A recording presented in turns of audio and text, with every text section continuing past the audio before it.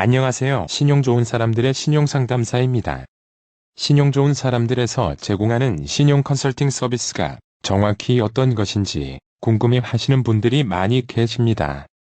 그렇기 때문에 앞서 컨설팅을 이용하신 분들의 컨설팅 내용을 간단히 설명드리도록 하겠습니다. 본인과 비슷한 상황에서 어떻게 컨설팅이 진행되어 가는지 참고하시면 좋겠습니다. 이번 영상에서는 사업용 주택담보대출을 조정받기 위해 새출발기금을 신청한 60대 남성의 컨설팅 사례를 살펴보겠습니다. 우선 상담인의 상황을 간략히 알아보겠습니다. 상담인은 현재 신용대출 연체가 3개월 정도 된 상태입니다. 신용대출의 원금은 9,500만원이고 연체이자는 500만원이며 담보대출 원금은 2억 원으로 총 채무액이 3억 원으로 매우 많습니다. 담보대출의 경우 선순위은행 대출은 5% 금리의 상환기간도 20년이라 부담이 적으나 후순위저축은행 대출은 10% 금리의 상환기간도 5년이라 매우 부담이 되는 상황입니다. 상담인은 개인 사업자로 보유하고 있는 상가주택에서 음식점을 운영하고 있습니다. 본인 재산은 상가 시세에서 담보대출을 차감한 재산액은 3천만 원이 전부이며 배우자는 재산이 없습니다. 가족관계는 본인과 배우자만 있는 2인 가구입니다. 소득은 월 평균 250만 원이며 의정부시에 거주하고 있습니다. 컨설팅의 상담인이 문의한 사항을 알아보겠습니다. 상담인이 가장 중요하게 여기는 것은 채무감면이었습니다. 신용채무 부담도 크지만 부동산 담보대출 상환이 매우 부담이 된다고 하셨습니다. 특히 후순위 저축은행의 금리가 높고 원리금 분할 상환이기에 부담이 매우 높다고 하였습니다.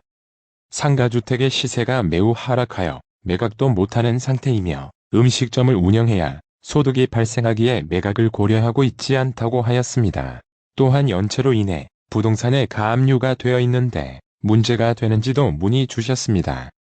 이러한 문제들로 채무 조정을 고려하고 있으며 부동산 담보대출도 조정이 가능할 수 있다면 조정을 받고 싶으며 월 상환액이 어느 정도 되는지 알기를 희망하였습니다. 어떤 채무 조정을 선택해야 할지 판단해 보았습니다. 채무 감면과 담보대출의 조정 가능성을 우선 고려하였습니다. 담보대출 조정 가능성은 새출발기금과 개인 워크아웃만 있습니다. 개인 회생에서는 담보대출은 별채권으로 조정이 불가합니다. 반면 워크아웃에서는 주택담보대출에 한해 조정을 요청할 수 있습니다. 다만 채권사의 동의가 필요합니다. 새출발기금에서는 사업용 주택담보대출에 한해 조정이 가능하며 조건만 된다면 새출발기금에 매입되어 100% 조정이 가능합니다. 주택담보대출 조정 조건을 보겠습니다. 워크아웃은 1주택 소유자, 담보주택 가격이 6억 원 이하, 부부 합산 연소득이 7천만 원 이하인 분들만 지원받을 수 있습니다. 반면 새출발기금은 사업자로 대출을 받은 담보대출이기만 하면 조정받을 수 있습니다. 주택담보대출 조정 내용을 보겠습니다. 워크아웃은 상환기간이 최대 35년이며 약정이율의 50%를 인하해 줍니다. 다만 최저 이자율이 있습니다. 기준금리에서 2.25%를 추가한 이자율이 최저 이자율입니다. 만약 약정이율이 이보다 낮은 경우에는 약정이율을 적용받습니다. 상환 방식은 원리금 분할 상환입니다. 새출발기금은 상환기간이 최대 20년입니다. 이율은 단일금리 4.7%에서 4.9%이나 5년마다 금리가 조정됩니다. 상환 방식은 동일하게 원리금 분할 상환입니다. 주택담보대출 조정만 고려한다면 워크아웃 또는 새출발기금을 신청해야 합니다.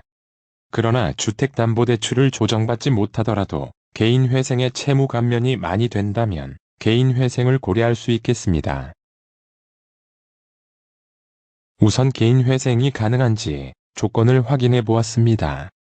개인회생은 청산가치가 무담보 채무액보다 적어야 가능합니다. 또한 재산의 청산가치보다 개인회생의 총변제액이 많아야 합니다.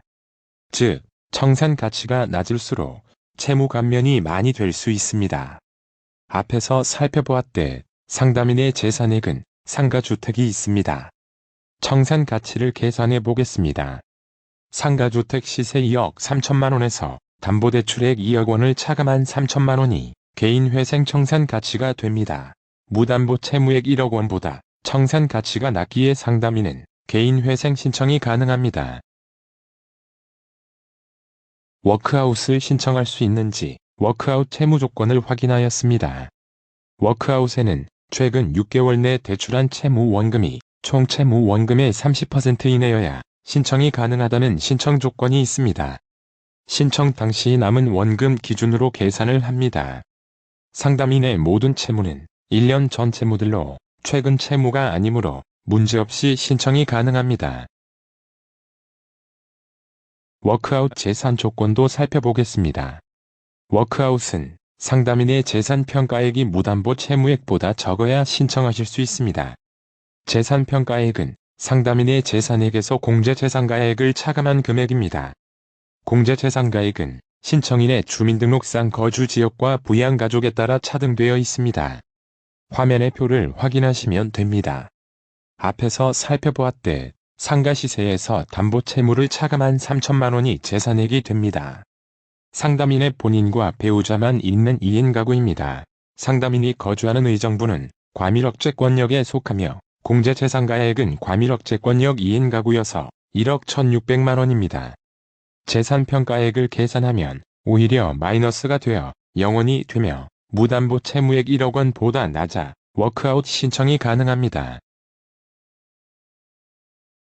새출발기금에서도 최근 채무 비율 조건이 있습니다. 최근 6개월 내 대출한 채무 원금이 총 채무 원금의 30% 이내여야 한다는 조건입니다. 신청 당시 남은 원금 기준으로 계산을 합니다. 모든 채무가 최근 채무가 아니므로 문제없이 신청이 가능합니다. 새출발기금에는 대상이 되는 대출이 제한이 되어 있기에 이를 확인해 보았습니다. 새출발기금에는 코로나 피해와 무관한 가계대출은 제외가 됩니다. 다행히 전액 사업 관련 대출이었습니다. 또한 대부업 대출, 개인채무, 세금 체납액도 조정해서 제외가 됩니다. 이 역시 해당 없었습니다. 우선 개인회생 예상진단을 상담인에게 보여드렸습니다. 개인회생의 채무조정 내용을 살펴보면 변제 기간은 기본적으로 36개월입니다. 단, 채무자의 재산과 채무 원인에 따라 최대 60개월까지 연장될 수 있습니다. 채무 감면은 신청 당시의 채무자의 원리금 총액에서 개인회생 총변제액을 차감하고 남은 채무 잔액을 탕감을 해줍니다.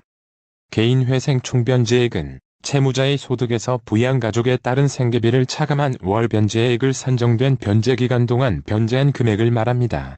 개인회생은 재산의 청산 가치보다 많이 변제해야 개인회생을 진행하실 수 있습니다. 앞에서 살펴보았듯 3천만 원이 개인회생 청산 가치가 되었습니다. 그리고 상담인은 1인 부양가구로 인정되었습니다. 개인회생에서는 소득이 없다고 하더라도 배우자의 피부양은 인정이 안 됩니다. 월 변제액은 소득 250만 원에서 부양가족 1인 생계비 약 144만 원을 차감한 약 106만 원으로 결정됩니다. 월 변제금 106만 원을 36개월 변제 시 총변제액의 현지 가치는 약 3,599만 원입니다. 총변제액의 현지 가치가 청산 가치보다 적기에 개인회생이 진행이 가능합니다. 36개월간 약 106만 원을 변제하며 총변제액이 약 3,833만 원이고 채무 감면율은 62%입니다. 다음으로 상담인에게 개인 워크아웃 예상 진단을 보여드렸습니다. 월 변제금은 소득에서 부양가족에 따른 생계비를 차감하여 산정됩니다. 상담인의 부양가족은 개인회생과 다르게 배우자까지 포함하여 2인으로 생계비는 약 236만 원입니다. 이에 월 변제금을 계산해보면 월 약 64만 원이 예상됩니다. 그러나 개인 워크아웃 최대 변제기간인 96개월로 채무를 상환하더라도 매월 99만 원을 변제해야 하는 것으로 예상되었습니다. 이러한 경우 생계비를 삭감하여 진행을 할 수 있습니다. 매월 약 99만 원을 96개월간 변제하면 총변제액은 연체이자만 감면받아 9,500만 원이고 채무 감면율은 5%입니다. 마지막으로 새출발기금 부실차주 예상진단을 상담인에게 보여드렸습니다. 간략하게 부실차주의 새출발기금 채무조정 내용을 살펴보면 변제 기간이 최장 10년까지 연장될 수 있습니다. 이자 감면의 경우 이자 및 연체이자 모두 전액 감면이 됩니다. 원금 감면을 보면 부채에서 재산을 제외한 순부채에 대해서만 60에서 80%까지 차등 감면이 됩니다. 즉, 재산이 채무보다 많다면 원금 감면이 될 수 없다는 점은 유의하셔야 하겠습니다. 예상 진단에는 원금 감면율을 70%로 가정하였고 상환 기간을 120개월로 선택하였습니다. 감면액 부분부터 살펴보겠습니다. 우선 부채 원금에서 재산을 차감한 순부채액을 계산해야 합니다. 앞에서 보았듯 신청인의 재산은 3천만 원입니다. 총 채무액은 1억 원의 부채 원금은 9,500만 원이고 여기에 재산액을 차감한 6,500만 원이 순부채액이 됩니다. 순부채의 감면 비율 70%를 적용하면 원금 감면액은 4,550만 원이 됩니다. 따라서 총 변제액은 부채 원금 9,500만 원에서 원금 감면액 4,550만 원을 차감한 4,950만 원이 됩니다.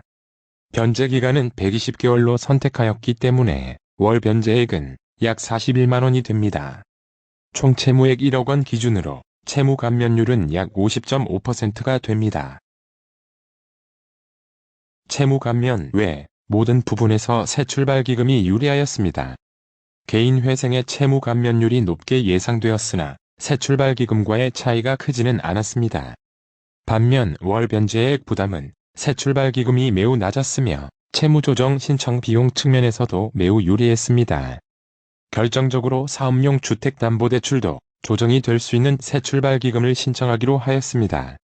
추가로 부동산 가압류 해제도 안내해 드렸습니다. 부동산 가압류가 된 상태에서는 담보대출 연장이 불가하나 사업용 담보대출도 조정이 가능한 새출발기금에서는 문제가 되지 않을 것입니다.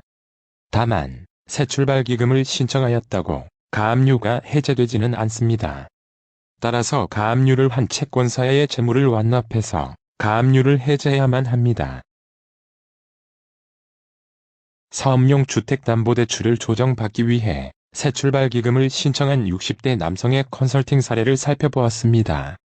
개인 회생은 담보대출이 조정이 불가하나 채무 감면이 많이 될 수 있는 채무조정으로 끝까지 고려해보았습니다. 그리고 예상처럼 개인 회생이 새출발기금보다 채무 감면이 더 많이 될 것으로 예상되었습니다. 그러나 그 외 모든 부분은 새출발기금이 유리했습니다. 워크아웃은 모든 부분에서 새출발기금의 하위 호환이라 제외했습니다. 그렇기에 최종적으로 새출발기금을 선택하였습니다. 컨설팅이 필요하신 분들은 신청해 주시면 최대한 도움을 드리도록 하겠습니다.